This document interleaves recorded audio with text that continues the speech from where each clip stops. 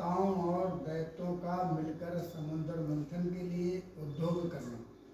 श्री सुखदेव जी कहते हैं, परीक्षित, जब देवताओं ने सर्वशक्तिमान भगवान श्री हरि की इस प्रकार स्तुति की, जो स्तुति आप कल सुन चुके हैं, तब वे उनके बीच में ही प्रकट हो गए। उनके शरीर की प्रभा ऐसी थी मानो हजारों सूर्य एक साथ ही उग गए हों।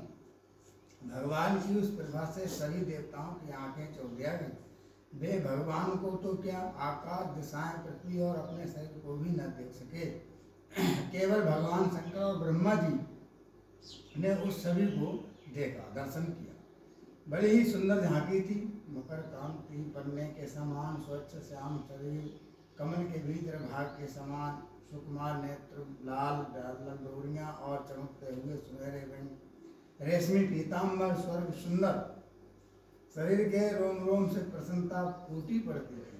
धनुष के समान टेढ़ी भुएं और बड़ा ही सुंदर मुख, सिर पर महामणिमय किरीट और भुजाओं में बाजूबंद, कानों के झलकते हुए कुंडों की चमक पड़ने से कपोल और भी सुंदर लग रहे थे, जिससे मुखमंडल खिल उठ रहा था। कमर में करधनी लड़ियां, हाथों में कंगन, गले में हार और चरणों में नुपुर शोभायमान थे। वक्त स्थल पर लक्ष्मी और गले में कौस्तुभमणि तथा वनमाला सुशोभित थी। भगवान के निज अस्त्र, सुदर्शन चक्र आदि मूर्तिमान होकर उनकी सेवा कर रहे थे। सभी देवताओं ने पृथ्वी पर गिरकर साष्टांग प्रणाम किया। फिर सारे देवताओं को एक साथ मिले शंकर जी तथा ब्रह्मा जी परम पुरुष भगवान की स्तुति करने लगे। ब्रह्मा जी ने कहा, जो जन्म, स्थित और प्रलय से कोई संबंध नहीं रखते, जो प्राकृतिक गुणों से रहित एवं मोक्ष स्वरूप परमानंद के महान समुद्र हैं, जो सूक्ष्म से सूक्ष्म हैं और जिनका स्वरूप अनंत है, उन पर ऐश्वर्यशाली प्रभु को हम बार बार नमस्कार करते हैं। हे पुरुषोत्तम, अपना कल्याण चाहने वाले साधक वेदोक्त एवं पंचरोग विधि से आपके इसी स्वरूप की उपासना करते हैं। मुझे भी रचने वाले प्रभु, आपके इस विश्वमय स्वरूप में मुझे समस्त देवगणों सहित तीनों लोग दिखाई दे रहे हैं। आप में ही पहले ये जगत लीन था, मध्य में भी ये आप में ही स्थित है और अंत में भी पुनः आप में ही लीन हो जाएगा। आप स्वयं कार्य कारण से परे स्वतंत्र हैं। आप ही इस जगत के आदि, अनंत और मध्य हैं। वैसे ही जैसे घड़े का आदि, मध्य और अंत मिट्टी ही है, आप अपने ही आश्रय रहने वाली अपनी माया से इस संसार की रचना करते हैं और इसमें फिर से प्रवेश करके अंतर्यामी स्वरूप से विराजमान होते हैं। इसलिए विवेकी और शास्त्रज्ञ पुरुष बड़ी सावधानी से अपने मन को एकाग्र करके इन्हीं गुणों की, विषयों की भीड़ में भी आपके निर्गुण स्वरूप का ही साक्षात्कार करते हैं। जैसे मनुष्य युक्ति के द्वारा लकड़ी से आग, गौ से अमृत के समान दूध, पृथ्वी से अन्न तथा जल और व्यापार से अपनी जीविका प्राप्त कर लेते हैं, वैसे ही विवेकी पुरुष भी अपनी शुद्ध बुद्धि से भक्ति योग, ज्ञान योग आदि के द्वारा आपको इन विषयों में ही प्राप्त कर लेते हैं और अपनी अनुभूति के अनुसार आपका वर्णन भी करते हैं। एक कमलनाभ जिस प्रकार दवा अग्नि से झुलसता हुआ हाथी गंगा जल में डुबकी लगाकर सुख और शांति का अनुभव करने लगता है, वैसे ही आपके आविर्भाव से हम लोग परम सुखी और शांत हो गए हैं। हे स्वामी, हम लोग बहुत दिनों से आपके दर्शनों के लिए अत्यंत लालायित रहते थे। आप ही हमारे बाहर और भीतर की आत्मा है। हम सब लोकपाल जिस उद्देश्य से आपके चरणों की शरण में आए हैं, उसी आप कृपा करके पूर्ण की। आप सबके साक्षी हैं। आप इस विषय में हम लोग आपसे और क्या निवेदन करें। हे प्रभु, मैं शंकर जी, अन्य देवता, ऋषि और दक्ष आदि प्रजापति सबके सब अग्नि से अलग हुई चिंगारी की तरह आपके ही अंश हैं और अपने को आपसे अलग मानते हैं। ऐसी स्थिति में प्रभु हम लोग समझ ही क्या सकते हैं। ब्राह्मण और देवताओं के कल्याण के लिए जो कुछ करना आवश्यक हो उसका आदेश आप ही दीजिए और वैसा ही स्वयं हम भी करेंगे और आप स्वयं भी कर लीजिए। श्री सुखदेव जी कहते हैं, ब्रह्मा जी और देवताओं ने इस प्रकार स्तुति करके अपने सारे इंद्रियां रोक ली। सब के सब बड़ी सावधानी से साथ साथ हाथ जोड़कर खड़े हो गए। उनकी स्तुति सुनकर और उसी प्रकार उनके हृदय की बात जानकर भगवान मेघ के समान गंभीर वाणी बोले, हे परीक्षित, समस्त देवताओं के तथा जगत के एकमात्र स्वामी भगवान अकेले ही उनका सब कार्य करने में समर्थ थे।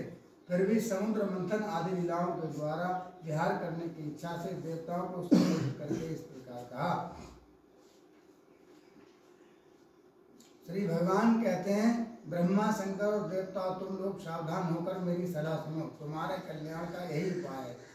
इस समय असुरों पर काल की कृपा है, इसलिए जब तक तुम्हारे अभ्युदय और उन्नति का समय नहीं आता, जब तक तुम दैत्य और दानवों के पास जाकर उनसे संधि कर लो। देवताओं, कोई बड़ा कार्य करना हो तो शत्रु से भी मेल मिलाप करना ही चाहिए। ये बात आवश्यक है कि काम बन जाने पर उसके साथ सांप और चूहे वाला बर्ताव कर सकते हैं। तुम लोग बिना विलंब के अमृत निकालने का प्रयत्न करो। उसे पी लेने पर मरने वाले प्राणी अमर हो जाएंगे। पहले क्षीर सागर में सब प्रकार के घास, तनके, लताएं और औषधियां डाल दो। फिर तुम लोग मंदाचल की मथानी और बासुकी नाम की नेति बनाकर मेरी सहायता से समुद्र मंथन करो। अब आलस और प्रमाद का समय नहीं है। देवताओं, विश्वास रखो। दैत्यों को तो मिलेगा केवल श्रम और कलेश, परंतु फल तुम्हें मिलेगा। देवताओं, असुर लोग तुमसे जो जो चाहें वो सब स्वीकार कर लो। शांति से सब काम बन जाते हैं। क्रोध करने से कुछ नहीं होता है। पहले समुद्र से कालकूट विष निकलेगा, उससे डरना नहीं। और किसी भी वस्तु के लिए कभी भी लोभ करना नहीं। पहले तो किसी वस्तु की कामना ही नहीं करनी चाहिए, परंतु यदि कामना हो तो वो पूरी हो या ना हो, क्रोध तो करना ही नहीं चाहिए। श्री सुखदेव जी कहते हैं, परिषद देवताओं को ये आदेश देकर पुरुषोत्तम भगवान उनके बीच में ही अंतर्ध्यान हो गए। वे सर्वशक्तिमान, इस परम स्वतंत्र जो ठहरे, उनकी लीला का रास कौन समझे। अभी भगवान जो कह रहे थे कि सांप और चूहे वाला खेल, किसी मदारी की पिटारी में सांप तो पहले से ही था, संयोगवश उसमें चूहा और घुस गया। चूहे के भयभीत होने पर सांप ने उसे प्रेम से समझाया कि तुम पिटारी में छेद कर दो, क्योंकि सांप छेद नहीं कर सकता। फिर हम लोग दोनों भाग निकलेंगे। पहले तो सांप की इस बात पर चूहे को विश्वास ना हुआ, परंतु पीछे उसने पिटारी में छेद कर दिया। इस प्रकार का काम बन जाने पर सांप जो चूहे को निकल गया और पिटारी से भी निकल गया, दोनों काम बन गए। यही उदाहरण भगवान ने देखा। उनके चले जाने पर ब्रह्मा और शंकर जी ने फिर से भगवान को नमस्कार किया और वो अपने अपने लोगों को चले गए। तदनंतर इंद्र आदि देवता राजा बलि के पास गए। देवताओं को बिना अस्त्र शस्त्र के सामने आते ही दैत्यों के सेनापतियों के मन में बड़ा शोक हुआ। उन्होंने देवताओं को पकड़ लेना चाहा, परंतु दैत्यराज बलि संधि और विरोध के अवसरों को जानने वाले एवं पवित्र कीर्ति से संपन्न थे। उन्होंने दैत्यों को वैसे ही रोक दिया। इसके बाद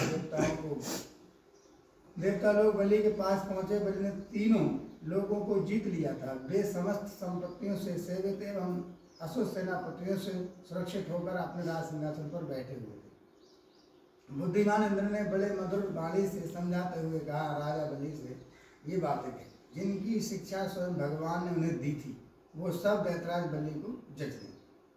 वहाँ बैठे हुए दूसरे सेनापति संवर, अष्टनेमी और त्रिपुरनिवासी असुरों को भी ये बात बहुत सुंदर अच्छी लगी। सब देवता और असुरों ने आपस में संधि समझौता करके मित्रता कर ली। परिषद वे सब मिलकर अमृत मंथन के लिए पूर्ण उद्योग करने लगे। इसके बाद उन्होंने अपनी शक्ति से मंदराचल को उखाड़ लिया और ललकारते तथा गरजते हुए उन्हें समुद्र तट की ओर ले चले। उनकी भुजाएं पराग के समान थी, शरीर में शक्ति थी और अपने अपने बल का घमंड तो था ही, परंतु एक तो वो मंदराचल पर्वत ही बहुत भारी था और दूसरी ओर उसे ले जाना भी बहुत दूर था। इससे इंद्र, बलि आदि सब के सब हार गए। जब ये किसी प्रकार भी मंदराचल को आगे न ले जा सके, तब विवश होकर उन्होंने उसे रास्ते में ही पटक दिया। वो सोने का पर्वत मंदराचल इतना भारी था कि गिरते समय उसने बहुत से देवता और दानवों को चकनाचूर कर दिया।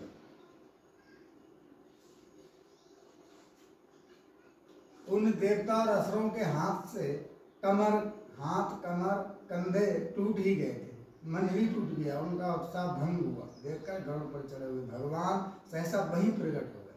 उन्होंने देखा कि देवता और असुर पर्वत के गिरने से पिस रहे हैं, अतः उन्होंने अपनी अमृतमयी दृष्टि से देवताओं को इस प्रकार जीवित कर दिया मानो उनके शरीर में बिल्कुल चोट ही न लगी है। इसके बाद उन्होंने खेल ही खेल में एक हाथ से उस पर्वत को, मंदराचल पर्वत को उठाकर गरुड़ पर रख लिया और वो स्वयं भी सवार हो गए। फिर देवता और असुरों के साथ उन्होंने समुद्र तट की यात्रा की।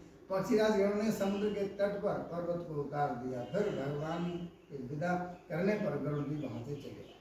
बोले कृष्ण भगवान की जय।